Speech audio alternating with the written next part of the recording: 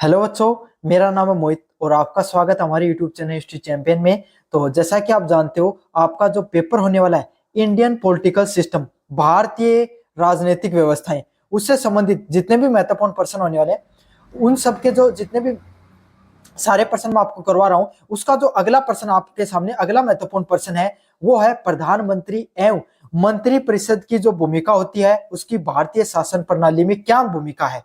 समझ में आ गया?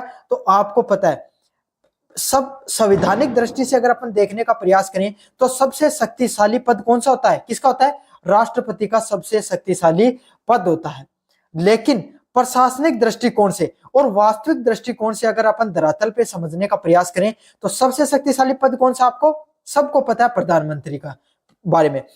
अगर आपको ये चीज जाननी है तो आपको क्या करना है, आपको अपने आसपास के बड़े बुजुर्गों के बारे में पूछना है कि भाई आपके राष्ट्रपति का क्या नाम है। शायद वो नहीं बता पाए, लेकिन अगर उनसे पूछ लेना कि आपके प्रधानमंत्री का क्या नाम है, वो तुरंत फटाक से आपको बता देंगे। तो इसी चीज से पता चलता है कि वास्तविकता में किसकी शक्तियां ज्यादा हैं।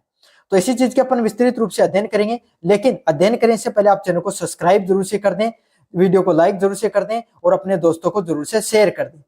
नीचे जो हाइप वाला बटन है इसको जरूर से दबा दें। जैसे आप इसको दबाते हो तो आपको क्या होता है, और ज्यादा लोगों के पास पहुंचता है। ये वाली पीडीएफ आपको टेलीग्राम चैनल पे देखने को मिल जाएगी, टेलीग्राम चैनल जरूर से ज्वाइन कर लेना। आप पढ़ते अपन विस्तार से। भारत की संसदीय शासन प्रणाली में प्रधानमंत्री और मंत्रिपरिषद की भूमिका अत्यंत निर्णायक होती है। तो आप अगर अपन बात करें भारत की जो संसदीय प्रणाली है, शासन प्रणाली है, इसमें प्रधानमंत्री की जो भूमिका है वो सबसे ज्यादा महत्वपूर्ण है। और प्रधानमंत्री ही क्या करती है? आपके सामने मंत्रिपरिषद है उसका निर्माण करने का कार्य करता है। तो दोनों की अगर अपन संवैधानिक दृष्टि से देखें, अपन शासन प्रणाली की दृष्टि से देखें, दोनों की भूमिका बहुत ज्यादा आपके सामने मजबूत दिखाई देती है। और दोनों की जो भूमिका वो क्या बहुत ही ज्यादा निर्णायक होती है। वे देश के वास्तविक कार्यपालिक होते हैं, मतलब देश पे वास्तविक रूप से आपके सामने कार्य करने वाले व्यक्तित्व होते हैं, जो जनता के सामने भी रहते हैं, वही प्रशासनिक, कानूनी और आपके सामने अन्य फैसले लेने का कार्य करते हैं। और अगर मैं आपको इससे भी और बढ़ के आपके किसी शब्द का प्रयोग करूं तो वो ये होगा कि शासन का संचालन का कार्य ये करते हैं। वही बात है भाई, आपके घर में जब क्या हो, दादू को नहीं होगी, दादा की उम्र हो जा, है ना, दादा की कदर और उसके बाद में बेटा ही न्यारा हो जाए, है ना। तो उसके बाद में क्या है, दादू सिर्फ नाम मात्र को रह जाए राष्ट्रपति की ना, तो सारो घर को काम काज के चाले पर राम स्वरूप जी का बेटा ही, राम स्वरूप जी को नाम चला, लेकिन काम कौन करी? ज्यादा बेटा करी। तो इसी तरीके से समझ सकते हो आप इस व्यवस्था को भी। उदाहरण स्वरूप बता रहा हूं आपको चीजों को, ताकि आपको अच्छे से समझ में आ जाए। अगले वाला पॉइंट है प्रधानमंत्री की भूमिका। तो प्रधानमंत्री की क्या क्या भूमिका होती है? पहले वाला पॉइंट है सरकार का मुखिया। प्रधानमंत्री सरकार का मुखिया होता है। तो आपको पता है भारत में क्या चलती है? संसदीय प्रणाली चलती है, जिसमें आपके सामने क्या होता है, भारत में जो अलग अलग प्रकार के जो जनप्रतिनिधि हैं उनको जनता के द्वारा चुना जाता है। और वो आपके सामने, उन्हें क्या बोला जाता है? आपके सामने लोकसभा मेंबर के नाम से जाना जाता है। वो क्या करते हैं? आपके सामने यहाँ पर लोकसभा में आके बैठते हैं। वही लोग क्या करते हैं? जिसके पास जिस सरकार के पास, जिस पार्टी के पास सबसे ज्यादा जो जनप्रतिनिधि होते हैं, वो क्या करते हैं? वो अगर उनको बहुमत से ज्यादा अगर वोट मिलते हैं, बहुमत से ज्यादा अगर सीटें मिलती हैं, तो वो क्या करते हैं?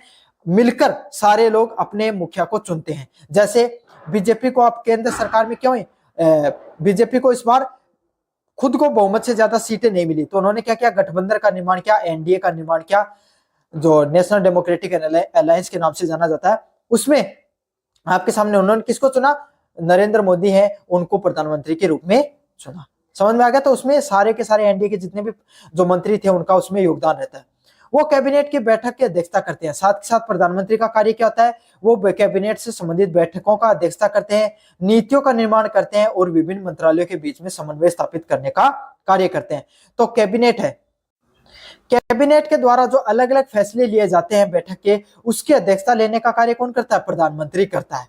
कैबिनेट में वित्त मंत्री, आपके सामने गृह मंत्री, जितने जो मंत्री होते हैं, प्रमुख मंत्री, वो उसमें बैठे होते हैं। उसमें आपके सामने फैसला लिया जाता है। जैसे ऐसे समझ लो भाई, थार दादो और थार सारा का पुत्र है, वह सारा बैठ के कोई फैसला ले लो कि भाई अपन जो छुट्टियों बालक है सगाई कर देनी से, इस तरीके के फैसले लिए जाते हैं। सरकार से संबंधित फैसले होते हैं, मान लो कि भाई नई शिक्षा नीति लागू करनी है, आगे हमारे किस किस फैसले लेने वो कैबिनेट में लिए जाते हैं। नीतियों का निर्धारण होता है कि आने वाले समय में हम अलग अलग प्रकार की कौन सी विकास परियोजनाओं को चलाएंगे, किस प्रकार से हमें अपनी सरकार के जो उद्देश्य हैं उनको आगे बढ़ाना है। विभिन्न मंत्रालयों के बीच में समन्वय स्थापित करने का कार्य करते हैं, जैसे वित्त मंत्रालय। अब क्या स्वास्थ्य मंत्रालय को कुछ पैसे की एक्स्ट्रा जरूरत थी कोरोना के अंदर, तो उस समय क्या होगा, आपके सामने वित्त मंत्रालय से आपके सामने विशेष छूट लेकर स्वास्थ्य मंत्रालय को क्या किया जाएगा, पैसा दिया जाएगा। समझ में आ गया। तो अगर क्या हो रहा, दोनों के बीच में बातें अच्छे से नहीं चल रही है, दोनों में वो सहमति नहीं बन पा रही है, तो प्रधानमंत्री दोनों मंत्रियों को बिठाकर उनके बीच में सामंजस्य बैठाने का कार्य कर सकता है। अगले वाला पॉइंट है मंत्रिपरिषद का नेता। प्रधानमंत्री ही मंत्रियों का चयन करता है। जो प्रधानमंत्री होता है वो क्या करता है, जो अलग अलग प्रकार के मंत्री होते हैं उनका चयन करने का कार्य करता है और उन्हें विभागों का आवंटन करने का भी कार्य करता है। और जो अलग अलग प्रकार के जो विभाग होते हैं, आप ये सोचते हो ना कि मंत्रिपरिषद को किया गया बर्खास्त और अब चुनी गई नई मंत्रिपरिषद, मतलब पुराने मंत्रियों को हटा दिया गया, अब नए मंत्रियों को चुना गया है। और काफी बार ये भी सुनते हो ना कि किसी को पहले स्वास्थ्य मंत्रालय था, अब उसको क्या दे दिया गया, टेलीकॉम मंत्रालय दे दिया गया, गृह मंत्रालय दे दिया गया। तो इन सब विभागों में क्या आपको आवंटन देखने को मिलता है। वह मंत्रियों को निर्देश करते हैं और उनको कार्य को निगरानी भी करते हैं। मतलब अगर भाई स्वास्थ्य मंत्रालय में चीजें अच्छे से नहीं चल रही है तो उनको बता दिया जाता है कि भाई जो नीट यूजी है उसमें गफलेबाजी देखें, तो उनको बताया कि भाई आप उसमें सुधार कीजिए, किस किस प्रकार से कार्य करना है, आगे आने वाले दिनों में हमें कौन सी विकास परियोजनाओं को लागू करना है उसको ध्यान भी रखते हैं कि जैसे आयुष्मान भारत योजना है क्या वो सही से लागू हो रही है, उसमें कुछ खामियां देखने को मिलती हैं तो मंत्री को बुलाकर उससे पूछ ली गई कि भाई आपको कहां कहां पर सुधार करने की जरूरत है, आपने कितनी प्रगति की है।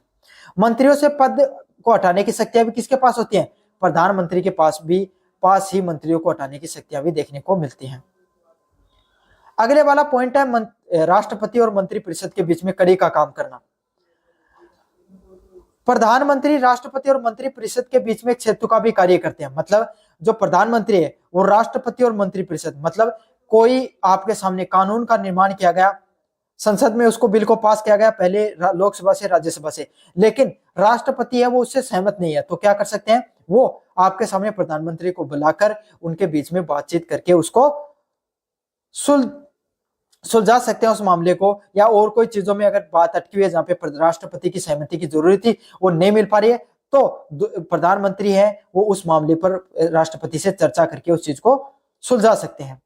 वह मंत्रिपरिषद के निर्णयों से राष्ट्रपति को अवगत करा सकते हैं। साथ ही साथ क्या कर सकते हैं, मंत्रिपरिषद के जो जो निर्णय होते हैं उससे राष्ट्रपति को बता सकते हैं कि भाई अगर कोई कानून का निर्माण किया गया है और राष्ट्रपति उसके बारे में जानना चाहते हैं कि भाई ये कानून है, इसमें क्या क्या मुख्य बातें हैं, मुझे इसके बारे में जानना है, तो वो क्या कर सकते हैं, प्रधानमंत्री है वो मंत्रिपरिषद की तरफ से उन सब चीजों के बारे में बता सकते हैं।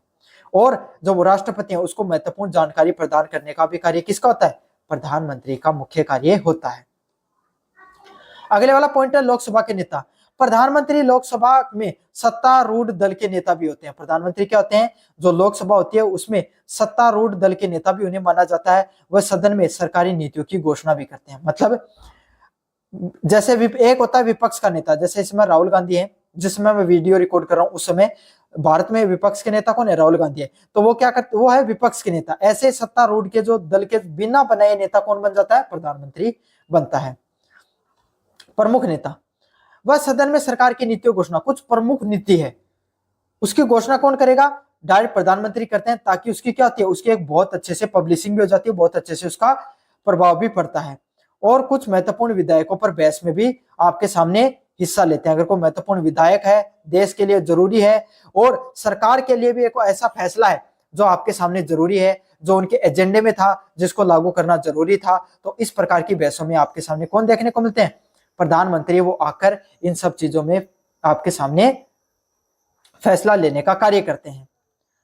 अगले वाला पॉइंट आपके सामने नीति निर्माण में प्रमुख उद्देश्य भूमिका।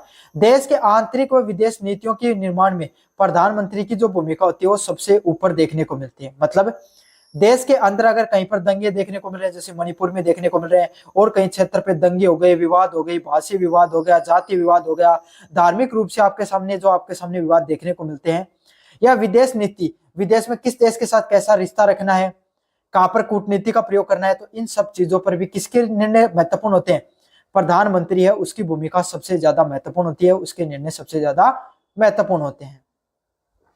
वह राष्ट्रीय व अंतर्राष्ट्रीय मंचों पर भी क्या करते हैं? प्रतिनिधित्व करने का कार्य करते हैं। मतलब भारत में जैसे बड़े G20 हो गया, G7 हो गया, ब्रिक्स की समिट हो गई, और कॉमनवेल्थ जो मीटिंग होती है, वर्ल्ड जो यूएनओ की मीटिंग हो गई, तो बड़ी बड़ी जहां पर मीटिंग देखने को मिलती है, जहां पर सभी देशों के राष्ट्राध्यक्ष आते हैं, वहां पर भी जो आपके सामने कौन नेतृत्व करता है? राष्ट्रपति नेतृत्व करने का कार्य करता है।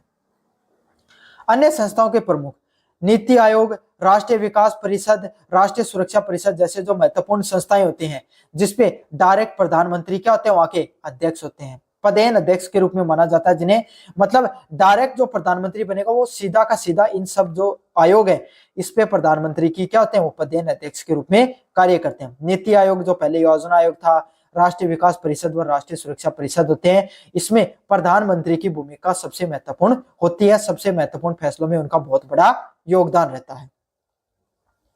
संकट में प्रबंधन, देश में किसी भी संकट जैसे आंतरिक सुरक्षा हो गई आपके सामने, प्राकृतिक आपदा, मतलब देश में कोई, मैंने बताया दंगे चल रहे हैं, या बाढ़ आ गई, भूकंप आ गई, कोई अंतरराष्ट्रीय विवाद है, जैसे भारत पाकिस्तान के बीच में आपके सामने जो स्ट्राइक देखने को मिली थी, ऑपरेशन सिंदूर देखने को मिला था, तो इस प्रकार के जो मुद्दे होते हैं उस पर प्रधानमंत्री की भूमिका सर्वोपरि होती है, और उन्हीं के द्वारा लिए गए फैसलों को ही क्या किया जाता है? लागू किया जाता है, उन्हीं पर अमल भी देखने को मिलता है।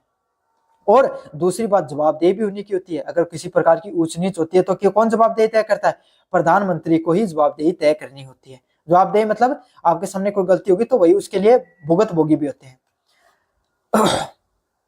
तो यह थी प्रधानमंत्री से संबंधित मुख्य पॉइंट, जहां पर वो क्या होते हैं? सीधे सीधे आपके सामने सरकार के मुखिया के रूप में जाना जाता है, मंत्री परिषद के नेता के रूप में भी उनको जाना जाता है, साथ के साथ वो राष्ट्रपति और मंत्री परिषद के बीच में कड़ी के रूप में भी उनको देखा जाता है। अब अगले वाले पॉइंटों की बात करें, मंत्री परिषद की भूमिका की बात करें। नीति निर्माण का क्रियान्वयन करना, मंत्री परिषद सरकार के प्रमुख नीति निर्माता होते हैं। मतलब जो मंत्री परिषद होती है ना, वो क्या करती है? आपके सामने जो सरकार के द्वारा अलग अलग जो नीतियां होती हैं उसके निर्माण करने में सहायक होती है। यह विभिन्न प्रकार की आपके सामने नीतियों का निर्माण करती है और उसे लागू करने का भी कार्य करती है। मतलब जो मंत्री परिषद क्या होती है, वो जो अलग अलग प्रकार की नीतियां, स्वास्थ्य से संबंधित नीति, शिक्षा से संबंधित प्रकार की जो नीतियां होती हैं उसका निर्माण करने का भी कार्य करती है, और देश में उन सभी नीतियों को लागू करने का भी कार्य कौन करती है? मंत्री परिषद लागू करती है। तो आप ये समझते हो ना कि वित्त मंत्री ने आपके सामने इनकम टैक्स बिल लाया, स्वास्थ्य मंत्री के द्वारा स्वास्थ्य बिल को लाया गया, गृह मंत्री के द्वारा आपके सामने जो प्रशासनिक व्यवस्था से संबंधित बिल लाया गया, रक्षा मंत्री के द्वारा रक्षा मंत्रालय से संबंधित कोई बिल लाया गया। तो ये सब मंत्री हैं, मंत्री परिषद का हिस्सा है, और इन्हीं के द्वारा क्या किया जाता है? अलग अलग प्रकार की नीतियों का निर्माण किया जाता है, उन्हीं के द्वारा आवश्यक कानूनों को लागू किया जाता है, उन सब विधेयकों को संसद में पेश किया जाता है, कुछ नई नीतियों का निर्माण किया जाता है। अगले वाला पॉइंट आपके सामने विधायकी कार्य। मंत्री परिषद के जो सदस्य होते हैं, मंत्री संसद के विधेयकों को प्रस्तुत करने का कार्य करते हैं। मतलब जो मंत्री परिषद में जितने भी संसद सदस्य होते हैं वो क्या करते हैं? जितने भी विधेयक होते हैं, मैंने आपको अलग अलग विधेयकों के नाम बता दिए, उन सबको प्रस्तुत करने का कार्य करते हैं। जैसे स्वास्थ्य मंत्रालय के द्वारा से संबंधित स्वास्थ्य मंत्री, रक्षा मंत्रालय से संबंधित रक्षा मंत्री, तो जिसके अधीन जो मंत्रालय आता है वो उससे संबंधित आपके सामने पेश करने का कार्य करता है विधेयक को।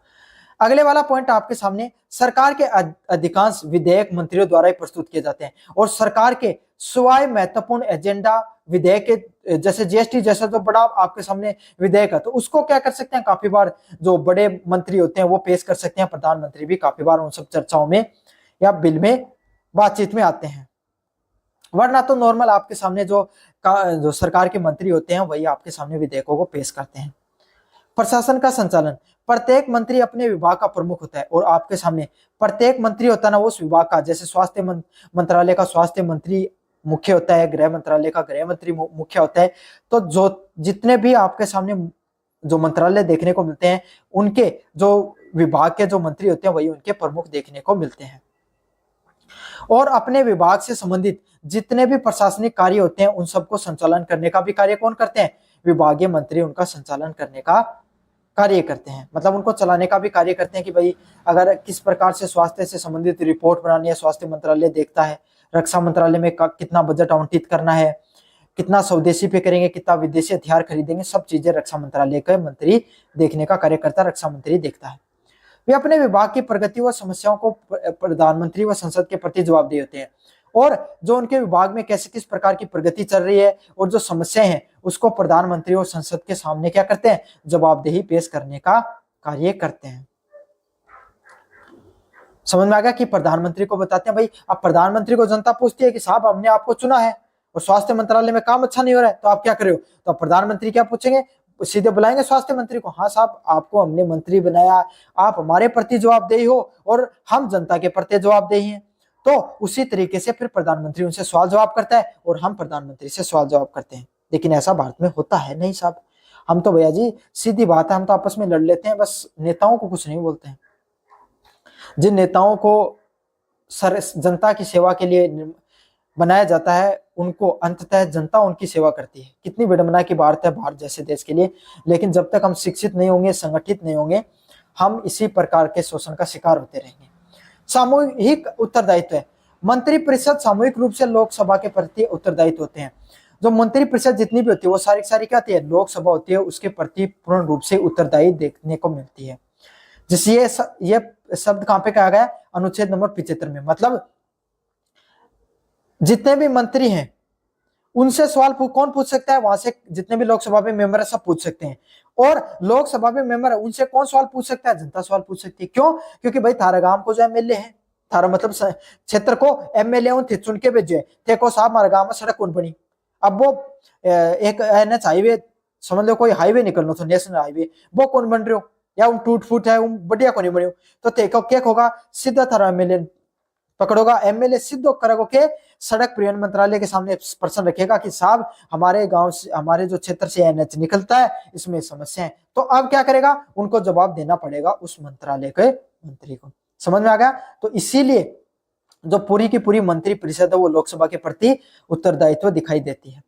इसका अर्थ है, इसका क्या अर्थ देखने को मिलता है आपके सामने? एक मंत्री एक कार्य व पूरी मंत्री परिषद जिम्मेदार होती है। एक मंत्री एक कार्य, सड़क परिवहन मंत्री सड़क से संबंधित, स्वास्थ्य मंत्री स्वास्थ्य से संबंधित, रक्षा मंत्री रक्षा मंत्रालय से संबंधित। साथ के साथ इसी तरीके से पूरी मंत्री परिषद वो लोकसभा के प्रति जवाबदेही होती है। यदि लोकसभा मंत्री परिषद के प्रति अविश्वास व्यक्त करती है तो पूरी सरकार को त्यागपत्र देना पड़ सकता है। अगर मंत्री परिषद है, अगर वो आपके सामने वो लोकसभा में उसको वो अपने क्या जो अविश्वास है, जनता उस पर विश्वास नहीं करती या कम मंत्री हैं, तो उन पर क्या हो सकती है? पूरी की पूरी सरकार, अगर ये समझ लो मंत्री परिषद ने अगर इस्तीफा दे दिया ना तो सरकार चली जाती है ना। अगर वो दूसरी पक्ष में चले गए, पूर्ण रूप से नहीं रहे तो। इस पॉइंट को थोड़ा अच्छे से समझना क्योंकि ये बहुत महीन पॉइंट है। अगर मंत्री परिषद है वो क्या होती है? अगर मंत्री परिषद जवाबदेही नहीं रह पाती है, अगर जितने मंत्री हैं वो पाला बदल के दूसरों के पास चले गए तो क्या पूरी सरकार गिर सकती है। बजट और वित्तीय प्रबंधन, मंत्री परिषद वार्षिक बजट तय करती है, तो वित्त मंत्री के द्वारा वार्षिक बजट को तैयार किया जाता है और देश में किस प्रकार से जो संसाधन है उनको प्रबंधन किया जाएगा, कहां कहां पर किस किस विकास परियोजनाओं पे पैसा को लगाया जाएगा, कहां कहां पर वो पैसे उसको आवंटित किया जाएगा। अगले वाला पॉइंट है जो सबसे ज्यादा महत्वपूर्ण आपके सामने, अंतरराष्ट्रीय संबंधों का संचालन। विदेश मंत्री व अन्य संबंधित मंत्री वो अंतरराष्ट्रीय जो संबंध होते हैं उनका संचालन करने का भी कार्य करते हैं, अंतरराष्ट्रीय जो फैसले हैं उनका लेने का भी कार्य करते हैं। संक्षेप में अगर अपन बात करें आपके सामने, भारतीय शासन प्रणाली में प्रधानमंत्री, मंत्री परिषद और देश के जो शासन व्यवस्था वास्तविक रूप से संचालित होती है। अगर अपन बहुत गहराई से समझे तो भारतीय शासन प्रणाली में मंत्री, प्रधानमंत्री व मंत्री परिषद का बहुत बड़ा योगदान देखने को मिलता है। उनकी भूमिका केवल आपके सामने कार्यकारी नहीं, मतलब सिर्फ कार्यों को करना ही नहीं है, बल्कि नीतियों का निर्माण करना, विधायी प्रक्रिया मतलब कानूनों का निर्माण करना, उनको सही से लागू करना और प्रशासनिक दृष्टि से धरातल पर नीतियों का लागू करना भी उन्हीं की जवाबदेही होती है। पूरे राष्ट्र के प्रतिनिधित्व भी उन्हीं के द्वारा किया जाता है और ये सब चीजें उनके लिए बहुत ज्यादा महत्वपूर्ण है। तो यह आपके सामने जो बहुत ज्यादा महत्वपूर्ण प्रश्न था, प्रधानमंत्री और उसकी मंत्रिपरिषद की क्या भूमिका रहती है, इसके बारे में अपन ने विस्तार से पढ़ा। काफी ज्यादा महत्वपूर्ण प्रश्न था। कैसा लगा वीडियो आपको जोर से बताना, चैनल को जोर से सब्सक्राइब कर देना। धन्यवाद। मेरा नाम है मोहित और आपका स्वागत हमारे यूट्यूब चैनल हिस्ट्री चैंपियन में। तो जैसा कि आप जानते हो, आपका जो पेपर होने वाला है फाउंडेशन ऑफ पॉलिटिकल साइंस, उससे संबंधित जितने महत्वपूर्ण प्रश्न होने वाले हैं सारे के सारे मैं आपको करवाने वाला हूं। उसका जो अगला महत्वपूर्ण प्रश्न आपके सामने, संसदीय एवं लोकतंत्र शासन प्रणाली। संसदीय प्रणाली क्या होती है, लोक, और उसमें जो राष्ट्रपति शासन प्रणाली होती है उसमें क्या अंतर होता है, उसके बारे में विस्तार से पढ़ने वाले हैं। काफी ज्यादा महत्वपूर्ण प्रश्न है जो ये पीडीएफ में पढ़ा रहा हूं। अगर ये आपको फ्री में प्रोवाइड अगर आप पाना चाहते हो तो आपको क्या करना है, चैनल को सब्सक्राइब करना है और वीडियो को लाइक करना है। जैसे चैनल को सब्सक्राइब करोगे, डिस्क्रिप्शन में टेलीग्राम का लिंक दे रखा है, उस पर क्लिक करना आपको। जैसे क्लिक करोगे टेलीग्राम चैनल को ज्वाइन कर लेना है। वहां पर फाइल वाले सेक्शन में जाकर आपको BA first semester political science की जो आपके सामने के नाम से पीडीएफ पड़ी होगी उसको डाउनलोड करके पढ़ लेना। आपके सामने सारे सॉल्यूशन देखने को मिल जाएंगे। समझ में आ गया। साथ के साथ अगर आप क्या करना चाहते हो, अन्य वीडियो देखना चाहते हो, तो डिस्क्रिप्शन में प्ले लिस्ट का लिंक दे रखा है, वहां से जाकर अन्य वीडियो भी देख सकते हो। इस पेपर से संबंधित सब कुछ पढ़ा रखा है मैंने। फ्लिपकार्ट व मंत्रा से अगर कोई प्रोडक्ट खरीदना चाहते हो तो इस जो आपके सामने ये व्यू प्रोडक्ट वाला ऑप्शन दिखाई दे रहा है, इस पे क्लिक करके आप क्या कर सकते हो, कोई भी प्रोडक्ट है वो खरीद सकते हो। मैंने लगा रखा, टैग कर रखा है जो किताब कर रखी है, इसके अलावा भी और कुछ प्रोडक्ट भी खरीद सकते हो। सबसे ज्यादा डिस्काउंट आपको देखने को मिल जाएगा। चलो शुरू करते हैं अपन। संसद, जो संसदीय प्रणाली होती है, पार्लियामेंट्री प्रणाली व राष्ट्रपति की जो शासन प्रणाली होती है, वह कार्यपालिका व विधायिका के बीच में संबंधों के आधार पर जो लोकतांत्रिक शासन के दो रूप होते हैं। मतलब संसदीय प्रणाली व जो राष्ट्रपति शासन प्रणाली है वो आपके सामने जो कार्यपालिका और विधायपालिका के जो संबंध होते हैं उसके आधार पर जो अलग अलग प्रकार होते हैं इसके। समझ में आ गया आपके सामने, जहां पर क्या क्या चीजें देखने को मिलती है इसके ऊपर अपन बात करेंगे। देखो क्या होता है आपके सामने, संसदीय प्रणाली क्या होती है, जिसपे आपके सामने जो संसद है उसकी सारी की सारी चलती है। भारत है, भारत में एक राष्ट्रपति है आपके सामने, लेकिन चलती किसकी ज्यादा, संसद की। सारे कानून संसद निर्माण करती है ना। सारे आपका जो उसका मुखिया प्रधानमंत्री सबसे ज्यादा शक्तिशाली होता है। सभी चीजें आपके सामने डायरेक्टली इनडायरेक्टली किसके हाथों में होती है, जो संसदीय प्रणाली में संसद के हाथों में होती है। समझ में आ गया। राष्ट्रपति प्रणाली होती है, भारत में संसदीय प्रणाली है। अब अमेरिका में आपको कभी प्रधानमंत्री का नाम पता है कि आपको कौन है अमेरिका प्रधानमंत्री, नहीं जानते हो। वहां पे अपन राष्ट्रपति को जानते हैं, क्यों, क्योंकि वहां पर राष्ट्रपति की प्रणाली है। वहां पर सत्ता किसके, शक्ति किसके हाथों में होती है, शक्ति व सत्ता राष्ट्रपति के हाथों में होती है। और वो जो शासन प्रणाली है वो आपके सामने मजबूत व सुदृढ़ प्रणाली है। पहला पॉइंट आपके सामने अंतर की बात करें, पहला है कार्य प्रणाली का स्वरूप। कैसी कार्य प्रणाली देखने को मिलती है आपके सामने, संसदीय शासन प्रणाली में दोहरी कार्यपालिका होती है, राष्ट्रपति, राजा या प्रधानमंत्री या राष्ट्र जो आपके सामने। मतलब जैसे अलग अलग उदाहरण बताऊं, संसदीय प्रणाली भारत में भी है। संसद ने क्या किया, लोकसभा राज्यसभा से क्या हुआ, कोई बिल पास हुआ, कोई कानून पास हुआ, फिर राष्ट्रपति के पास जाएगा। राष्ट्रपति के पास अंतिम अधिकार होता है, वो उसको रोक सकता है, वापिस भेज सकता है या फिर पास कर सकता है। समझ में आ गया आपके सामने। तो पहले आपके सामने किसके हाथों में सत्ता है, संसद के हाथों में भी सत्ता है और राष्ट्रपति के हाथों में भी सत्ता है। अब आपके सामने अपन ब्रिटेन में चले जाते हैं, वहां पर क्या राष्ट्रपति का पद नहीं देख के किसका पद देखने को मिलता है आपके सामने, राजा का पद देखने को मिलता है। राजा भारत में जो राष्ट्रपति है ना, वो ब्रिटेन के राजा के पद से ही उसको लिया गया है। भारत के राष्ट्रपति के जितने पास शक्तियां उतने ही वहां के राजा के पास भी शक्तियां होती है। वही सेम प्रारूप है, वहां से संविधान संशोधन होकर उनके पास जाता है, वो चाहे तो उसमें बदलाव वगैरह करना चाहे तो कर सकते हैं। समझ में आ गया आपके सामने। अब राष्ट्रपति शासन होता है, राष्ट्रपति शासन जो राज्यों में लगता है वो नहीं, राष्ट्रपति शासन प्रणाली है जहां पर राष्ट्रपति मुख्य होता है। तो उसमें क्या होता है, एकल कार्य प्रणाली है, एक ही व्यक्ति के हाथों में सबसे ज्यादा शक्ति देखने को मिलेगी, वो राष्ट्रपति होगा। उसी के हाथों में वास्तविक और नाममात्र का प्रमुख होता है आपके सामने, उसके हाथों में सारी सारी शक्तियां देखने को मिलती है। समझ में आ गया। और अगर राष्ट्रपति सबसे ज्यादा प्रमुख शक्तिशाली व्यक्ति होता है, बाकी अगर कोई व्यक्ति है प्रमुख है तो वो नाममात्र का होगा, उसका कोई इतना ज्यादा महत्व नहीं देखने को मिलेगा। समझ में आ गया आपको अच्छे से। जवाबदेही की बात करें कि जो संसदीय प्रणाली होती है उसमें कौन किसके प्रति जवाबदेही होता है। कार्य प्रणाली, मंत्री परिषद होती है, वो विधायिका के प्रति क्या होती है, जवाबदेही होती है। भाई जो मंत्री परिषद है ना वो संसद के प्रति जवाबदेही है। भारत के जितने मंत्री परिषद है वो लोकसभा के प्रति जवाबदेही है। किसमें लिखा गया? संविधान में लिखा गया। मतलब उस संसद पटल में, लोकसभा में बैठे हुए जितने जो मंत्री हैं, जितने जो लोग हैं, वो उन मंत्रियों से सवाल पूछ सकते हैं कि साहब आपने जो हमारा हाईवे का निर्माण किया था उस हाईवे में ये कमियां है, आप जवाब दो। और देना पड़ेगा वहां पर बैठे हुए मंत्रियों को, वहां पर बैठे हुए सभी जो मंत्री परिषद है उसको। स्वास्थ्य से संबंधित गड़बड़ी है तो पूछ सकते हो। तो सभी लोगों को लोकतांत्रिक परंपरा में क्या होता है, जो मंत्री परिषद है वो, जो संसदीय प्रणाली होती है उसमें वो संसद के प्रति क्या होते हैं, सामूहिक रूप से जवाबदेही होती है। उसमें प्रधानमंत्री को भी जवाब देना पड़ सकता है, बाकी की जितनी मंत्री परिषद है उसको भी जवाबदेही तय करनी होती है। अच्छा, राष्ट्रपति प्रणाली में क्या होता है? कार्यपालिका राष्ट्रपति विधायिका के प्रति जवाबदेह नहीं होता है। मतलब जो राष्ट्रपति होता है ना वो चाहे तो अपने फैसले क्या करता है, अपने हिसाब से लेता है, वो आपके सामने संसदीय प्रणाली के प्रति क्या जवाबदेही नहीं होता आपके सामने। समझ में आ गया आपको अच्छे से? संबंधों की बात करें, कार्यपालिका विधायिका निम्न सदन से चुनी जाती है, गहराई से जुड़ी होती है। मतलब जो कार्यपालिका होती है, जो विधायिका होती है, वो क्या होती है आपके सामने जो सबसे निचला सदन होता है उससे जुड़ी होती है। आपके सामने जो लोकसभा होती है उससे, या फिर जो आपके सामने राज्य सरकार होती है उसमें विधानसभा होती है उससे जुड़ी होती है। तो जनता के द्वारा जो चुने हुए प्रतिनिधि है वो डायरेक्ट रूप से क्या होते हैं, प्रत्यक्ष रूप से सरकार की बनाई गई नीतियों पे क्या होते हैं, आपके सामने भाग लेते हैं। कार्यपालिका व विधायपालिका पृथक होते हैं। मतलब कार्यपालिका और विधायपालिका में दोनों में अंतर देखने को मिलता है राष्ट्रपति की प्रणाली में। मतलब विधायपालिका चाहे तो अपने अलग नियम बना सकती है और कार्यपालिका अपने अलग काम कर सकती है।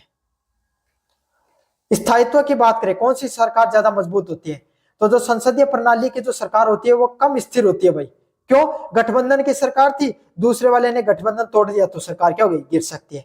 अविश्वास प्रस्ताव के साथ क्या हो सकता है आपके सामने, सरकार है वो गिर सकती है। और जहां पर राष्ट्रपति सर्वोच्च सत्ता में होता है उसकी सरकार अधिक दिनों तक चलती है आपके सामने। उसके खिलाफ अविश्वास प्रस्ताव आ जाए तो इतना ज्यादा फर्क नहीं पड़ता है। क्यों? क्योंकि वो मंत्री परिषद है, वो संसद के प्रति जवाबदेही नहीं है। समझ में आ गया आपको? प्रधानमंत्री सरकार का प्रमुख व्यक्ति होता है। मतलब सरकार का मुखिया कौन होता है आपके सामने, सरकार का मुखिया प्रधानमंत्री होता है। उसी के पास सारी शक्तियां होती हैं, वही सारी जवाबदेही तय करता है। किसमें? संसदीय सरकार में। राष्ट्रपति की जो शासन प्रणाली होती है उसमें प्रधानमंत्री का कोई पद नहीं होता है, राष्ट्रपति सबसे प्रमुख होता है। वही जो फैसले लेता है, वही फैसले लागू होते हैं, वही जनता के ऊपर क्या होता है, सारी की सारी चीजें हैं। फैसले लेने का, नीति का निर्माण करने का, अपनी सरकार चलाने का, मंत्री परिषद का, सभी का ध्यान कौन रखता है? राष्ट्रपति है वो ध्यान रखता है। मंत्रियों की सदस्यता, मंत्री विधायिका के सदस्य होना अनिवार्य होता है। मतलब जो जितने भी मंत्री होंगे वो आपके सामने क्या होंगे, संसद के जो लोकसभा या राज्यसभा से चुने हुए होने चाहिए। अगर नहीं चुने होंगे तो 6 महीने बाद में उनको, 6 महीने के अंदर अंदर उनको चुनना होता है। समझ में आ गया? और इसमें कोई जरूरी नहीं होती संसदीय प्रणाली में। अब आपको पता भाई इलोन मस्क भी मंत्री था इसके, जो डोनाल्ड ट्रंप की सरकार है उसके अंदर, लेकिन क्या वो किसी पद से चुन के आया था? नहीं चुन के आया था। तो वहां पर कोई मंत्री होते हैं, वो जरूरी नहीं कि विधायपालिका के सदस्य हो तो जरूर ठीक है, नहीं हो तो भी कोई दिक्कत नहीं है। उदाहरण की बात करें भाई, संसदीय प्रणाली भारत, ब्रिटेन, जापान व कनाडा जैसे देशों में देखने को मिलती है। और राष्ट्रपति की सरकार संयुक्त राज्य अमेरिका, ब्राजील व मेक्सिको जैसे देशों में देखने को मिलती है। किसे अधिक लोकतंत्र मानते हैं? मतलब दोनों जो सरकार होती है उसमें सबसे ज्यादा लोकतांत्रिक सरकार किसकी होती है? कौन सी होती है आपके सामने? तो आप सभी को पता है, जितने भी आपने पॉइंट पढ़े हैं इसमें आपको पता चल गया संसदीय शासन प्रणाली है ये ज्यादा लोकतांत्रिक होगी। क्यों? क्योंकि मंत्रिपरिषद लोकसभा के प्रति जवाबदेही होती है और लोकसभा में इनडायरेक्टली जनता के द्वारा चुने गए प्रतिनिधि होते हैं आपके सामने। भाई आपके क्षेत्र का एमएलए खड़ा होकर सवाल पूछ ले कि हमारे जो क्षेत्र में सड़क बनाई थी, हाईवे बनाया था, वो सही से नहीं चल रहा है। स्वास्थ्य मंत्री से पूछ ले कि आप हमारे यहाँ पर स्वास्थ्य सुविधाओं को बढ़ोतरी कीजिए, तो उनको जवाबदेही तय करनी पड़ती है। तो यही है आपके सामने सबसे ज्यादा लोकतांत्रिक शासन प्रणाली की बात करें तो कौन सी होती है? संसदीय शासन प्रणाली होती है। उत्तरदायित्व की बात करें, संसदीय शासन प्रणाली में संसदीय प्रणाली में कार्यपालिका मंत्री परिषद को प्रतिदिन विधायिका व संसद के प्रति जवाबदेह रहना पड़ता है। मतलब जब वही पर्सन जो आपके सामने जब लोकसभा चलती है, राज्यसभा चलती है, तो उस समय संसद के प्रति जवाबदेह रहना पड़ता है सारी की सारी मंत्री परिषद को, जिसमें विपक्ष प्रश्नकाल करता है, जो प्रश्न पूछे जाते हैं उनका जवाब देना पड़ता है, शून्यकाल और अविश्वास प्रस्ताव के माध्यम से सरकार पर नियंत्रण रहता है। मतलब विपक्ष भाई आपके सामने सवाल पूछ सकता है मंत्रियों से, शून्यकाल में प्रश्न पूछे जा सकते हैं और अविश्वास प्रस्ताव लाया जा सकता है। अगर अल्प मत में है सरकार, उनके पास बहुमत नहीं है, तो क्या किया जा सकता है, उनको सरकार को गिराया जा सकता है, अविश्वास प्रस्ताव भी लाया जा सकता है। या फिर अच्छे से काम नहीं कर रहा है सरकार, तो भी अविश्वास प्रस्ताव लाया जा सकता है। यह निरंतर जवाबदेही से अधिक लोकतांत्रिक बनाती है। मतलब लगातार अगर आप जवाबदेही तय करते रहते हो इस प्रकार की चीजें लाकर, तो इससे सरकार और ज्यादा लोकतांत्रिक बनती है। अगले वाला पॉइंट है जनता की इच्छाओं का अधिक प्रतिनिधित्व है। कार्यपालिका सीधे तौर पर बहुमत दल या गठबंधन में आती है जिसे जनता ने चुना होता है। मतलब भाई संसदीय सरकार में कौन सरकार बनाता है, सत्ता में कौन होता है, भारत में कौन, भाई जिसके पास जितने ज्यादा एमएलए होंगे वही सरकार बनती है। तो यही है, कार्यपालिका सीधे तौर पर बहुमत दल या गठबंधन में आती है जिसे जनता चुनती है। मतलब वही सरकार आपके सामने देखने को मिलेगी, वही सरकार या वही पार्टी सत्ता में देखने को मिलती है जिसको जनता सबसे ज्यादा वोट देती है। तो इससे क्या, जनता की इच्छाओं का सीधा व त्वरित प्रतिनिधित्व होता है। इससे क्या होता है, जनता की जो इच्छाएं होती हैं वो सीधे के सीधे आपके सामने प्रत्यक्ष व अप्रत्यक्ष रूप से देखने को मिलती हैं आपके सामने। अगले वाला पॉइंट आपके सामने संघर्ष का अभाव। कार्यपालिका व विधायिका के बीच में जो संबंध है वो मधुर होते हैं, जिसके कारण नीतियों का निर्माण में संभावना कम होती है। तो भाई कार्यपालिका जो आपके सामने सरकार की बनाई गई नीतियों को लागू करने काम करती है, वो किसके नीचे काम करती है, विधायपालिका के जो सत्तारूढ़ दल उसके नीचे काम करती है। तो भाई उनको क्या, उन्हीं के हिसाब से काम करना पड़ता है। तो इससे क्या होता है, उनके बीच में संबंध भी अच्छे होते हैं। तो इससे नीतियों का जो निर्माण है उसमें वो बहुत जल्दी लागू हो सकती है, उसमें कोई संघर्ष नहीं होता है और शासन बहुत अच्छे से चलता है। अगले वाला पॉइंट आपके सामने वैकल्पिक सरकार की संभावना। यदि सत्तारूढ़ दल बहुमत खो जाता है तो बिना चुनाव के भी दूसरी सरकार बनाने की क्या होती है, संभावना रहती है। भाई एक गठबंधन की सरकार थी, उसने क्या किया, गठबंधन तोड़ के दूसरे के पास चले गए और वहां पे सरकार बन गई। तो इससे क्या होता है, आपके सामने जो अगर कोई एक सरकारी बहुमत में रही है, जरूरी नहीं है कोई दूसरी सत्तारूढ़ दल है वो भी आपके सामने सत्ता में आ सकता है। इसमें पॉइंट दिया गया, हालांकि राष्ट्रपति प्रणाली शक्ति के पृथक्करण के कारण अधिक लोकतांत्रिक मानी जाती है, लेकिन जवाबदेही के सिद्धांतों में संसदीय प्रणाली से पिछड़ जाती है। मतलब शक्तियां सबसे ज्यादा किसके अंदर होती है, आपके सामने जो राष्ट्रपति प्रणाली उसमें ज्यादा शक्तियां होती हैं, लेकिन जनता की जवाबदेही तय करने की बात आती है तो लोकतांत्रिक जो सरकार होती है उसके पास ज्यादा अधिकार होते हैं, ज्यादा लोकतांत्रिक परंपरा के हिसाब से चलती हैं। इसलिए क्या होता है, आपके सामने वो सरकार ज्यादा क्या होती है, आपके सामने ज्यादा जवाबदेही होती है, जनता के प्रति सारे काम करती है। संसदीय प्रणाली में सरकार का अस्तित्व भले ही एक दोष हो, लेकिन ये अस्थायित्व जनता के प्रति जवाबदेही उत्तरदायित्व की गारंटी भी देता है। मतलब चाहे सरकार आपके सामने अस्तित्व भले ही दोष हो, मतलब जरूरी नहीं कि सरकार स्थिर रहे संसदीय प्रणाली में, लेकिन ये जनता के लिए फायदेमंद भी है। क्यों, कोई भी सरकार सही से काम नहीं कर रही है तो जनता उसको हटा सकती है, दूसरे दल को क्या ला सकती है। साथ के साथ ये गारंटी भी देता है कि लोकतंत्र सिद्धांतों से अधिक निकट रहता है। साथ के साथ लोकतंत्र इससे क्या होता है, और मजबूत बना रहता है। तो ये था आपके सामने जो संसदीय व राष्ट्रपति प्रणाली के जो बीच में अंतर था उसको विस्तार से बताया मैंने। आपको कैसा लगा वीडियो जरूर से बताना, चैनल को जरूर से सब्सक्राइब कर देना। धन्यवाद। बच्चों, मेरा नाम है मोहित और आपका स्वागत हमारे YouTube चैनल हिस्ट्री चैंपियन में। तो जैसा कि आप जानते हो, आपका जो पेपर होने वाला है, जो इंडियन पॉलिटिकल सिस्टम का, भारतीय राजनीतिक व्यवस्था का, उससे संबंधित जितने महत्वपूर्ण प्रश्न होने वाले हैं सारे के सारे मैं आपको करवाने वाला हूं। उसका जो अगला महत्वपूर्ण प्रश्न है, भारत के निर्वाचन आयोग की संरचना, कार्य एवं शक्तियों के बारे में बात करिए। किसके बारे में, भारतीय जो निर्वाचन आयोग होता है ना, उसकी संरचना कैसी होती है, भारतीय निर्वाचन आयोग की संरचना कैसी है, उसके कार्य क्या है और उसकी शक्तियां क्या होती हैं, उसके बारे में आपको बताना है। काफी ज्यादा मोस्ट इंपॉर्टेंट पर्सन है, बार बार अलग अलग प्रकार के जो विश्वविद्यालय होते हैं उसमें प्रश्न पूछा जाता है, आपको भी अच्छे से करके जाना है। साथ के साथ वीडियो को शुरू करें इससे पहले एक टारगेट देना चाहता हूं। अब सभी बच्चों को पता है भाई, अपने 25,000 सब्सक्राइबर को आपके सामने टारगेट ले रखा है, उस टारगेट को अपन को अचीव करना है और कैसे अचीव होगा, आपको चैनल को सब्सक्राइब करना पड़ेगा। साथ के साथ जो पीडीएफ पढ़ा रहे हैं हमारे टेलीग्राम चैनल पे उपलब्ध है, जाओ और जाकर आपके सामने पढ़ लो भाई। चलिए शुरुआत करते हैं प्रश्नों की तरफ। भारतीय संविधान में अनुच्छेद 324 के तहत भारत में निर्वाचन आयोग इलेक्शन कमीशन ऑफ इंडिया की शुरुआत की गई थी। क्या किया गया था? अनुच्छेद आर्टिकल 324 के तहत भारत में निर्वाचन आयोग की election commission of India ECI election commission of India उसकी शुरुआत की गई थी और एक प्रकार के स्वतंत्र और स्थायी संवैधानिक इकाई है। कैसी इकाई है? एक इंडिपेंडेंट इकाई है, समझ में आ गया, और संवैधानिक इकाई निकाय है। ये बहुत इंपॉर्टेंट शब्द है, संवैधानिक निकाय। संवैधानिक निकाय कौन सा निकाय होता है भाई आपके सामने? संवैधानिक कॉन्स्टिट्यूशनल बॉडी वो बॉडी होती है जिसके अंदर क्या होता है आपके सामने, जिसको आप हटा नहीं सकते हो। क्या नहीं कर सकते हो आप उसको ना, मतलब उसको हटा नहीं सकते हो। उसमें बदलाव जरूर किए जा सकते हैं संसद के द्वारा, लेकिन उसको हटा नहीं सकते हो। और इंडिपेंडेंट बॉडी होती है, उस पर कोई भी प्रकार का राजनीतिक दबाव नहीं देखने को मिलता है। समझ में आ गया आपको? और इसको सारी की सारी शक्तियां किससे प्रदान होती है? संविधान से। तो उनको यह भी डर नहीं होता कि संसद के द्वारा हमें क्या किया जा सकता है, हमें हटाया जा सकता है। इसीलिए इनकी और ज्यादा स्वतंत्रता देखने को मिलती है। जिनका मुख्य उद्देश्य उत्तरदायित्व देश को स्वतंत्र व निष्पक्ष चुनाव कराना है। चुनाव आयोग का भाई काम क्या होता है? जैसा कि नाम है आपके सामने, पूरे भारत में, पूरा जो भारत देश है उसके अंदर स्वतंत्र चुनाव करवाने का काम किसका है? आपके सामने निर्वाचन आयोग का। किसका काम है भाई? निर्वाचन आयोग का यही काम होता है, वो स्वतंत्र चुनाव करवाता है और निष्पक्ष चुनाव संपन्न कराने का काम होता है। समझ में आ गया? आपका जब भी चुनाव होते हैं उस समय आचार संहिता को लागू करना, राजनीतिक पार्टियां कोई भड़काऊ भाषण नहीं दे, लोगों के फ्रीबीज नहीं बांटे, इन सब चीजों को ध्यान में रखने का काम किसका है? निर्वाचन आयोग का है। लेकिन आजकल निर्वाचन आयोग है भाई, उसमें क्या है? उसके खिलाफ काफी बातें उठ रही हैं। निर्वाचन आयोग की संरचना, structure of election commission of India. कैसा स्ट्रक्चर है भाई इलेक्शन कमीशन ऑफ इंडिया का?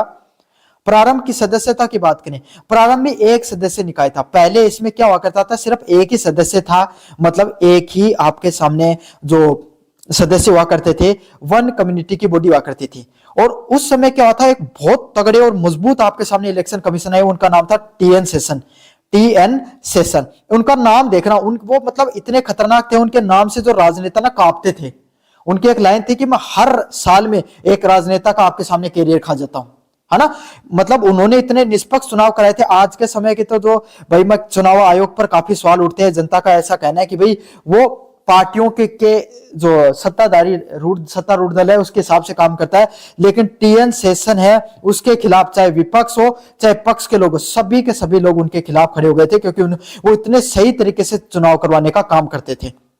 आप जानना, और यूट्यूब पर अभी जो ये वीडियो देखने के बाद में TN सेशन के बारे में जरूर से देखना, आपका बहुत नॉलेज है और आपको पता चलेगा कि क्या ताकत होती है एक चुनाव आयोग की। और अब देखना आपके सामने क्या किस तरीके से काम कर रहा है चुनाव आयोग। लेकिन 1993 में इसे मल्टी बॉडी आपके सामने इंस्टीट्यूट बना दिया। क्यों बना दिया गया? क्योंकि TN सेशन था ना, TN सेशन थे वो किसी के कंट्रोल में नहीं आ रहे थे। तब उन्हें लगा कि अगर एक व्यक्ति का हाथ में जो पावर है इसको क्या कर दिया जाए, अगर और दो लोगों के हाथों में दे दी जाएगी तो पावर बढ़ जाएगी और इसलिए इतने पावरफुल नहीं रहेंगे। लेकिन भाई जो पावरफुल व्यक्ति रहता है वो पावरफुल हमेशा रहता ही है, चाहे एक मल्टी बॉडी हो चाहे सिंगल बॉडी इंस्टीट्यूट हो, है ना। वो उसके बाद में भी उतने ही ज्यादा पावरफुल आदमी थे। वर्तमान में उसमें क्या होता है? वर्तमान के समय में एक election commission, chief election commission होता है CFC, और उसके दो सहायता करने के लिए दो अन्य निर्वाचन आयुक्त होते हैं। दो चीफ जो आपके सामने इलेक्शन कमिश्नर होते हैं वो क्या करते हैं? उसकी मदद करते हैं। तो एक तो आपके सामने चीफ इलेक्शन कमिश्नर और दो उसके निर्वाचन आयोग इलेक्शन कमीशन के रूप में उनको जाना जाता है, जो चीफ इलेक्शन कमीशन की मदद करते हैं। नियुक्ति की बात करें, कौन करता है चीफ इलेक्शन कमीशन की नियुक्ति? जैसा कि आप सबको पता है, जो अन्य जितने भी जो लोग होते हैं, जितने अन्य लोग होते हैं उनकी भी नियुक्ति किसके द्वारा की जाती है भाई? आपके सामने राष्ट्रपति के द्वारा की जाती है। जितने भी कॉन्स्टिट्यूशनल बॉडी होते हैं, कॉन्स्टिट्यूशनल पद होते हैं, उनकी नियुक्ति राष्ट्रपति के द्वारा की जाती है। तो इनकी भी नियुक्ति राष्ट्रपति के द्वारा की गई थी। कार्यकाल की बात करें, इनका कार्यकाल 6 वर्ष से 65 वर्ष तक था। मतलब इनका कार्यकाल कितने वर्ष तक देखने को मिला था? 6 साल से 65 साल तक आपके सामने इनका कार्यकाल देखने को मिलता है। अगर कोई व्यक्ति 58 साल की उम्र में अगर चीफ इलेक्शन कमीशन बन गया तो उसको 64 साल की उम्र में क्या हो जाएगा भाई? इसका पद पूरा हो जाएगा। या फिर आपके सामने अगर 63 साल की उम्र में अगर वो चीफ इलेक्शन कमीशन बने तो 3 साल तक ही काम कर पाएंगे, क्योंकि 65 साल से हटना पड़ता है। क्या तो 6 साल पूरी हो तब हटेंगे, या 65 साल की उम्र पूरी हो जाए वो हटेंगे। कोई सा भी पहले जो क्राइटेरिया टच हो जाता है उसी के हिसाब से उनका जो कार्यकाल है वो पूर्ण हो जाता है अगर उनको एक्सटेंशन नहीं दिया जाए तो। उन्हें सर्वोच्च न्यायालय के न्यायाधीश के समान पद से हटाया जाता है। अगर जो इलेक्शन कमीशन है उसको महाभियोग के द्वारा ही हटाया जा सकता है। कौन किसके द्वारा? महाभियोग की बराबर प्रक्रिया लगती है और उसमें क्या होता है, बहुत अलग अलग प्रक्रियाएं होती हैं भाई।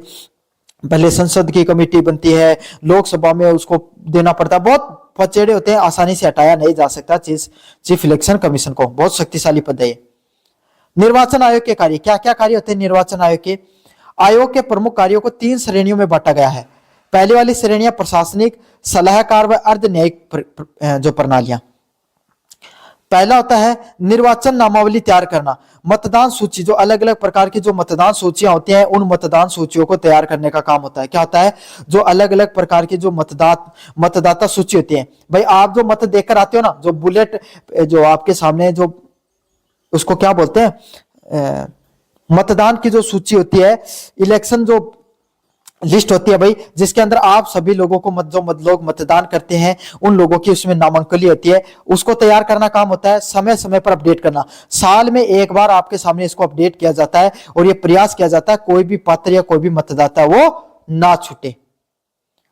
निर्वाचन क्षेत्र का परिसीमन करना, जनगणना के आधार पर निर्वाचन क्षेत्रों की सीमाओं का निर्धारण करना। क्या किया जाता है? जनगणना के आधार पर जब जनगणना करवाई जाती है तो आपके सामने जो निर्वाचन आयोग है वो क्या करता है, उनकी सीमाओं को भी निर्धारित करता है। अब देखो परिसीमन देखने को मिलेगा 2027 से 28 के अंदर, उस समय नए विधानसभा नई लोकसभा का आपके सामने जगहों का निर्वाचन देखने को मिलेगा। तो समय समय पर जब जब जनगणना होती है, आप वाली जनगणना होगी ना, इसके हिसाब से परिसीमन देखने को मिलेगा। तो निर्वाचन वाले क्षेत्रों, नए क्षेत्रों का निर्माण करने का काम भी किसका होता है? चुनाव आयोग का काम होता है। चुनाव का संचालन करना, राष्ट्रपति, उपराष्ट्रपति, संसद, लोकसभा चाहे राज्यसभा और राज्य के विधानसभाओं के चुनाव को समय सारणी और तिथि घोषित करना। क्या काम है? चाहे राष्ट्रपति का चुनाव हो, चाहे उपराष्ट्रपति का चुनाव, चाहे संसद का चुनाव, चाहे लोकसभा और राज्यसभा के चुनाव हो, किसी के भी चुनाव हो, सभी के सभी को समय समय पर समय सारणी का जारी करना। क्या काम करना? समय सारणी जारी करना, आचार संहिता लगाना, कोड ऑफ कंडक्ट लगाना, सबका सब काम किसका होता है भाई? आपके सामने चुनाव आयोग का काम होता है। अब कहोगे सर सरपंच वाले चुनाव होते हैं, ये पंचायती राज वाले चुनाव होते हैं, ये कौन कराता है? ये राज्य निर्वाचन आयोग करवाता है, राष्ट्रीय निर्वाचन आयोग नहीं करवाता है। ये अंतर है भाई, आप याद रख लेना। राजनीतिक दलों की मान्यता, दलों को राष्ट्रीय क्षेत्रीय दलों के रूप में मान्यता करना। कोई भी दल है अगर वो उसकी जो अगर मान्यता पूरी हो रही है तो उसको राष्ट्रीय दल का दर्जा देना या फिर आपको क्षेत्रीय दल का दर्जा देना। अगर कोई क्षेत्र विशेष में काम कर रहा है तो उसको क्षेत्रीय दल के रूप में मान्यता देना और उन्हें चुनाव चिन्ह को आवंटित करना। किसका काम है भाई? आपके सामने जो निर्वाचन आयोग का काम है। ये मोस्ट इंपोर्टेंट पर्सन है। दलों को राष्ट्रीय या क्षेत्रीय दल के रूप में मान्यता देना और चुनाव चिन्ह को आवंटित करना, सब के सब कार्य किसके हैं? चुनाव आयोग के कार्य हैं। निर्वाचन आयोग की शक्तियां, पावर ऑफ इलेक्शन कमीशन, आदर्श चुनाव आचार संहिता लागू करना, कोड ऑफ कंडक्ट लागू करना। चुनाव के दौरान राजनीतिक दलों और उम्मीदवारों के लिए आचार संहिता को लागू करना। क्या करना? अगर जो इलेक्शन हो रहे हैं, क्या हो रहे हैं? इलेक्शन हो रहे हैं, उस समय जो राजनीतिक दल, जितने भी जो पॉलिटिकल पार्टीज होती हैं, उन पे कोड ऑफ कंडक्ट, वो ज्यादा पैसे ना खर्च करें, कोई लुभावने वादे ना करें, अगर लोगों को पैसे नहीं बांटे और कोई ऐसी चीजें नहीं बांटे जिससे चुनाव है वो प्रभावित नहीं हो। इन सब चीजों का ध्यान में रखना। और अगर कोई भी प्रकार का उल्लंघन देखने को मिलता है, अगर कोई भी प्रकार का उल्लंघन देखने को मिलता है तो उनको दंडित करने का भी काम किसका होता है भाई? आपके सामने निर्वाचन आयोग का ही काम होता है। अर्ध न्यायिक शक्तियां, चुनाव के समय उम्मीदवारों की योग्यता और चुनाव विवादों पर राय देना। क्या करना? अगर आपके सामने चुनाव हो रहे हैं तो उम्मीदवार के, अगर कोई अयोग्य उम्मीदवार है तो उसको अयोग्यता तैयार करना कि भाई आपके सामने ये इलेक्शन में भाग नहीं ले सकता, उसकी अयोग्यता। और अगर चुनाव में कोई विवाद हो रहे हैं तो उन विवादों का निपटारा करने का काम भी किसका होता है? चुनाव आयोग का काम होता है। किसका होता है? चुनाव आयोग का ही काम होता है। कोई भी उम्मीदवार है, अयोग्य उम्मीदवार को टालना और चुनाव में कोई भी प्रकार का विवाद है, कोई भी राय देने का काम निर्वाचन आयोग का काम होता है। पर्यवेक्षण करना, चुनाव के दौरान धांधली या हिंसा के समय किसी भी मतदान या चुनाव केंद्र के मतदान को रद्द करना और पुनः मतदान देने का आदेश करना। कहीं पर धांधली देखने को मिली, वोट चोरी हो रही है कहीं पर आपके सामने, या फिर आपको बूथ कैप्चरिंग हो रही है और कोई अगर इलेक्ट्रॉनिक गड़बड़ी आ रही है तो वहां पर क्या किया जाता है? उस चुनाव को रद्द करके पुनः मतदान कराया जाता है। क्या करवाया जाता है? पुनः मतदान करवाया जाता है। कर्मचारियों पर नियंत्रण, चुनाव प्रक्रिया के दौरान सरकारी कर्मचारी आयोग के नियंत्रण में कार्य करते हैं। जितने दिन चुनाव आयोग की प्रक्रिया चलती है उसके दौरान जो सरकारी कर्मचारी होते हैं ना, वो आयोग के नियंत्रण में काम करते हैं। क्या करते हैं? कोई भी आयोग होता है ना, उसके नियंत्रण में काम करते हैं। भारत में निर्वाचन आयोग सबसे बड़े लोकतंत्र की धुरी। आपके सामने जो भारत का निर्वाचन आयोग है, वो भारत का जो लोकतंत्र है उसके लोकतंत्र का सबसे बड़ा आपके सामने जो केस है। अपनी निष्पक्ष कार्य प्रणाली और आधुनिक सुधार, मतलब हमारे भारत के अंदर जो चुनाव आयोग है ये सबसे बड़े लोकतंत्र को, भाई छोटी बात नहीं है, इतने बड़े लोकतंत्र को, और जहां पर चुनाव का इतना महत्व है। अमेरिका जैसे देश में लोगों को कोई मतलब नहीं होता चुनाव में, लेकिन इंडिया के लोगों को चुनाव से बहुत महत्व रहता है। समझ में आ गया? तो इतने बड़े चुनाव करवाना, सभी लोगों को मोटिवेट रखना चुनाव में भाग लेने के लिए, और समय समय पर अलग अलग प्रकार के बदलाव करना, जैसे ईवीएम, वीवीपैट जैसे माध्यम से भारतीय चुनाव प्रक्रिया उसको अच्छे से लागू करना। समझ में आ गया? तो ये था भारत के निर्वाचन आयोग की संरचना, कार्य और शक्तियों के बारे में व्याख्या कीजिए। कैसा लगा वीडियो जोर से बताना, चैनल को जोर से सब्सक्राइब कर देना। धन्यवाद। मेरा नाम है मोहित और आपका स्वागत हमारे यूट्यूब चैनल हिस्ट्री चैंपियन में। तो जैसा कि आप जानते हो, आपका जो पेपर होने वाला है इंडियन पॉलिटिकल सिस्टम, उससे संबंधित जितने महत्वपूर्ण प्रश्न है सारे के सारे मैं आपको करवाने वाला हूं। उसका जो अगला महत्वपूर्ण प्रश्न है, मौलिक अधिकार, मौलिक कर्तव्य, राज्य के नीति निर्देश तत्वों की व्याख्या कीजिए। तीनों के बारे में अपन छोटा छोटा पढ़ लेंगे। भाई एक प्रश्न आपको जरूर से देखने को मिलेगा, अधिकतर मौलिक अधिकारों वाला प्रश्न ही देखने को मिलता है। तो मौलिक अधिकार क्या होते हैं, मौलिक कर्तव्य क्या होते हैं, और राज्य के नीति निर्देशक तत्व क्या होते हैं, इसके बारे में अपन विस्तार से पढ़ेंगे। भारतीय संविधान जो नागरिकों को के सर्वांगीण विकास और कल्याणकारी राज्य की स्थापना के लिए तीन प्रमुख मुख्य स्तंभ देता है। क्या करता है? भारतीय संविधान है ना, वो जो भारत के नागरिक होते हैं उनका सर्वांगीण विकास हो सके, मतलब भारत के जितने भी जो नागरिक हैं उन सबका सर्वांगीण विकास हो सके और एक कल्याणकारी राज्य की स्थापना की जा सके। इसके लिए तीन चीजों को आपके सामने उसमें जोड़ा गया, तीन प्रकार की चीजों को उसमें जोड़ा गया। पहला था मौलिक अधिकार। मौलिक अधिकार क्या है? मौलिक मतलब मूल अधिकार। मौलिक अधिकार को ऐसे समझ सकते हो, कोई भी व्यक्ति होता ना, उसके जीवन में मूल अधिकार कौन कौन से होते हैं, कम से कम भाई ये अधिकार तो उसके पास होने चाहिए। इस प्रकार के अधिकारों को क्या बोला जाता है? मूल अधिकार। तो मूल अधिकार या मौलिक अधिकार कौन से होते हैं उनको जोड़ा गया। मौलिक कर्तव्य, कोई भी व्यक्ति का अपने जीवन में क्या कर्तव्य होता है, कोई भी व्यक्ति है उसका अपने जीवन में क्या क्या कर्तव्य होता है, उस कर्तव्य को जोड़ा गया। और नीति निर्देशक तत्व, नीति निर्देशक तत्व क्या थे? वो आपके सामने राज्यों को, कोई भी राज्य है या कोई भी सरकारें हैं, उनको आपके सामने ये निर्देश देना कि एक जो राज्य होता है उसमें कम से कम इतनी फैसिलिटी, इतने चीजें तो होनी चाहिए जिससे कल्याणकारी राज्य बनाया जा सके। क्या हो सके? एक कल्याणकारी राज्य क्या होता है? ऐसा राज्य जिसके अंदर हर व्यक्ति को बराबरी का हक मिल सके, है ना, बेहतर से बेहतर सुविधाएं मिल सके, और आपके सामने कोई वर्ग है वो खुद को प्रताड़ित नहीं महसूस करे। इस प्रकार के राज्य को क्या कहा जाता है? आपके सामने जो कल्याणकारी राज्य के नाम से जाना जाता है। और ये सब चीजें कहां सुनिश्चित होती हैं? आपके सामने नीति निर्देशक जो तत्व होते हैं उनके अंदर ये सभी की सभी चीजें हैं वो आपके सामने देखने को मिलती हैं। उनके अंदर इन सभी चीजों की बात की गई है। अगले वाले पॉइंट की अगर अपन आगे बढ़े, मौलिक अधिकार। अब मौलिक अधिकार क्या होते हैं भाई आपके सामने? मोस्ट इंपोर्टेंट पर्सन है मौलिक अधिकार वाला है। संविधान के भाग नंबर 3 में, कौन से में? संविधान के भाग नंबर 3 में, जहां अनुच्छेद 12 से लेकर 35 तक की बात होती है। किसकी बात होती है? अनुच्छेद 12 से लेकर 35 की बात होती है। कौन सा? अनुच्छेद 12 से लेकर 35 की बात होती है।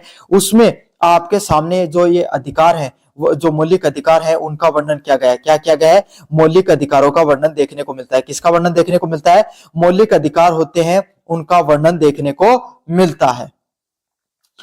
मौलिक अधिकारों से व्यक्तित्व के विकास के लिए अनिवार्य होते हैं। कोई भी जो मौलिक अधिकार होते हैं ना, जितने भी मौलिक अधिकार होते हैं, ये कोई भी व्यक्ति होता है, आपके सामने कोई भी व्यक्ति होता है, उसके व्यक्तित्व के लिए, उसका व्यक्तित्व के विकास के लिए बहुत ज्यादा जरूरी होते हैं। किसके लिए जरूरी होते हैं? कोई भी व्यक्ति का जो व्यक्तित्व होता है उसके विकास के लिए ये आपके सामने मौलिक अधिकार बहुत ज्यादा जरूरी होते हैं। विशेषताओं की बात करें, क्या विशेषताएं होती है मौलिक अधिकारों की? पहली विशेषता है जस्टिसेबल। जस्टिसेबल क्या अर्थ होता है भाई? अगर मौलिक अधिकारों का उल्लंघन होता है, मोस्ट इंपोर्टेंट पॉइंट है, अगर मौलिक अधिकारों का उल्लंघन होता है तो नागरिक सीधे उच्च न्यायालय या उच्चतम न्यायालय जा सकते हैं। मतलब अगर आपका 12 से लेकर आपके सामने 35 तक कोई भी मूल्य जो मौलिक अधिकार है उसका अगर आपको जो उल्लंघन देखने को मिले, क्या हो, अगर उसका किसी भी प्रकार का उल्लंघन देखने को मिले तो आप सीधा का सीधा सुप्रीम कोर्ट में या हाई कोर्ट में जा सकते हो। कहां जा सकते हो? हाई कोर्ट या आपके सामने सुप्रीम कोर्ट के अंदर अपना दरवाजा वो खटखटा सकते हो। समझ में आ गया आपको अच्छे से कि अगर आपका जो उच्चतम न्यायालय आपके सामने सीधा का सीधा जो हाई कोर्ट और सुप्रीम कोर्ट के अंदर अपनी जो बात है वो रख सकते हो। अगले वाला पॉइंट है प्रमुख अधिकार। प्रमुख अधिकार कौन कौन से होते हैं? इसमें समानता का अधिकार, स्वतंत्रता का अधिकार और शोषण के विरुद्ध अधिकार है वो देखने को मिलते हैं। मतलब कौन कौन से अधिकार देखने को मिलते हैं भाई मौलिक अधिकारों में? कोई भी व्यक्ति होता है उसको समानता का अधिकार। कौन सा अधिकार? सभी लोगों को समानता का अधिकार। स्वतंत्रता का अधिकार। कौन सा अधिकार? स्वतंत्रता का और समानता का जो अधिकार है वो दोनों के दोनों अधिकार है वो आपके सामने देखने को मिलते हैं। शोषण के विरुद्ध अधिकार, कोई भी व्यक्ति है उसके खिलाफ जो शोषण किया जा रहा है उसके खिलाफ हम क्या कर सकते हैं? आपके सामने बात कर सकते हैं। 15 से लेकर 18 तक आपके सामने, 14 से लेकर 18 तक समानता का अधिकार, 19 से लेकर 22 तक आपके सामने स्वतंत्रता का अधिकार, 23-24 में आपके सामने शोषण के विरुद्ध अधिकार है ना, 25 से लेकर 28 तक धार्मिक स्वतंत्रता का अधिकार, 29-30 में आपके सामने संस्कृति का अधिकार और आपके सामने संवैधानिक उपचार 32 से 35 तक शामिल होता है, मुख्यतः 32 में देखने को मिलता है। तो इस तरीके से आपके सामने सभी के सभी लोगों को क्या है, आपके सामने अलग अलग प्रकार के अधिकार दिए गए हैं, जिसमें क्या है, कोई सभी लोगों को स्वतंत्रता, शोषण और धार्मिक स्वतंत्रता, संस्कृति से संबंधित जो अधिकार है वो देखने को मिलते हैं। समझ में आ गया आपको अच्छे से? अगले वाला पॉइंट है राज्य के नीति निर्देशक तत्व है, डीपीएसपी। तो डीपीएसपी क्या होती है भाई? संविधान के भाग नंबर 4 में, कौन सा? संविधान के भाग नंबर 4 में जहां से अनुच्छेद 52 से लेकर 51 तक के राज्य के कुछ मार्गदर्शन के सिद्धांत दिए गए। क्या किया गया? जो हमारा राज्य होता है उसके मार्गदर्शन के अलग अलग प्रकार के सिद्धांत दिए गए। मार्गदर्शन क्या होता है? अगर कोई भैया आपका मार्गदर्शन कैसे होगा? क्या आपको कोई व्यक्ति के द्वारा यह बताया जाए कि आपको जीवन में क्या करना चाहिए, क्या नहीं करना चाहिए, उसको क्या जाना जाता है भाई? मार्गदर्शन के नाम से जाना जाता है। तो राज्यों को मार्गदर्शन ये बताने का काम कौन करते हैं कि आपको किस तरीके से काम करना चाहिए और आपके सामने किस तरीके से अपने राज्य को चलाना चाहिए, किस तरीके से एक सबसे बेहतर राज्य का निर्माण हो सकता है, वो नियम कायदे कौन बताते हैं? राज्य के नीति निर्देशक तत्व है। उद्देश्य की बात करें, इनका लक्ष्य भारत को एक कल्याणकारी राज्य बनाना है। इनका क्या लक्ष्य है भाई? भारत एक कैसा राज्य हो? कल्याणकारी राज्य हो। कैसा राज्य हो भाई? एक कल्याणकारी राज्य के रूप में भारत को, एक वेलफेयर स्टेट के रूप में, समझ में आ गया, एक कल्याणकारी राज्य के रूप में भारत को स्थापित करना किसका काम है? डीपीएसपी का। किसका काम है? डीपीएसपी का आपके सामने प्रमुख रूप से काम होता है। और सामाजिक व आर्थिक लोकतंत्र की स्थापना करना, किस तरह के लोकतंत्र की स्थापना करना जिसमें सभी लोग सामाजिक और आर्थिक रूप से बराबरी का हिस्सा मिल सके। क्या मिल सके? सभी लोगों को सामाजिक और आपके सामने बराबरी का हिस्सा मिल सके, है ना। समाज में भी जाति के आधार पे, वर्ग के आधार पे, धर्म के आधार पे कोई भी प्रकार का भेदभाव ना देखने को मिले। पैसे के आधार पर भी कोई भी प्रकार का भेदभाव, अमीरी गरीबी के बीच में जो खाई लगातार चौड़ी होती जा रही है वो कम हो, यही इनका लोक कल्याणकारी राज्य बनाने का उद्देश्य होता है। विशेषताओं की बात करें, ये न्याय संगत नहीं है, मतलब ये जुडिशियल नहीं होते भाई, इन पर कोई भी कानून की पाबंदी नहीं देखने को मिलती है। यदि यानी इन्हें लागू करवाने के लिए न्यायालय नहीं जाया जा सकता। मतलब अगर आप इन्हें लागू करना चाहते हो तो इनके लिए आप न्यायालय नहीं जा सकते। क्या नहीं कर सकते? इनको अगर लागू करना चाहते हो तो आपको न्यायालय नहीं जाना भाई, आपको न्यायालय जाने की कोई भी जरूरत नहीं होती है। परंतु ये शासन के आधारभूत सिद्धांत है। लेकिन ये जो हमारा कॉन्स्टिट्यूशन होता है, क्या होता है? हमारा जो कॉन्स्टिट्यूशन होता है उसकी सबसे बेसिक स्ट्रक्चर होते हैं।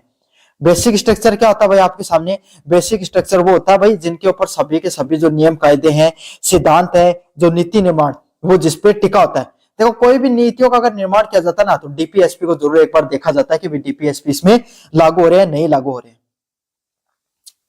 उदाहरण के लिए समान काम के लिए समान वेतन, ग्राम पंचायतों का गठन करना, समान नागरिक संहिता इसके अंदर आते हैं। किसके अंदर? राज्य के नीति निर्देशक तत्वों में क्या आते हैं? समान काम। अगर आप समान काम करते हो तो आपको समान कार्य के लिए क्या किया जाता है? समान वेतन दिया जाता है। क्या किया जाता है? समान कार्य करने के लिए समान वेतन दिया जाता है। ग्राम पंचायतों का गठन, जो अलग अलग प्रकार की जो ग्राम पंचायत होते हैं उनका गठन करना, और समान नागरिक संहिता, मतलब सभी लोगों को, जो सभी प्रकार के जो नागरिक होते हैं उनको समान प्रकार की जो नागरिक संहिता प्रदान करने का काम किसके द्वारा किया जाता है भाई? जो डीपीएसपी है उसके अंदर, किसके अंदर? डीपीएसपी के अंदर किया जाता है। समझ में आ गया? समान वेतन नागरिकों को, ग्राम पंचायतों का गठन और समान नागरिक संहिता है वो देखने को मिलती है। मौलिक कर्तव्यों की बात करें, 42वां संविधान संशोधन 1946 के अंदर जो भाग 4A और जिसके अंदर अनुच्छेद 51A को जोड़ा गया। इनको भाई 51 नंबर ए में जोड़ा गया। और अगर इनकी बात करें तो एक कौन सी कमेटी के द्वारा भाई? श्रवण सिंह कमेटी, एक श्रवण सिंह कमेटी बनाई गई थी। उस कमेटी ने क्या किया था? जो मौलिक कर्तव्य जितने भी होते हैं, हमारे जितने भी जो मौलिक कर्तव्य होते हैं, उन मौलिक कर्तव्यों को आपको बताने का काम किया था। क्या किया था? जितने भी जो हमारे मौलिक कर्तव्य होते हैं, सबके सब मौलिक कर्तव्यों के बारे में बताने का काम किया गया था। हमारे कौन कौन से जो मौलिक कर्तव्य वो महत्वपूर्ण मौलिक कर्तव्य हैं। स्वरूप की बात करें, ये नागरिकों को नैतिक दायित्व प्रदान करने का काम करते हैं। क्या करते हैं? हमारे जितने भी नागरिक होते हैं सबको नैतिकता का आपके सामने पाठ पढ़ाने का काम करते हैं। क्या करते हैं? सभी को जो नैतिकता का आपके सामने पाठ पढ़ाने का काम करते हैं। वर्तमान में 11 मौलिक कर्तव्य हैं। वर्तमान में कितने मौलिक कर्तव्य हैं? 11 मौलिक कर्तव्य हैं। कितने मौलिक कर्तव्य आपके सामने?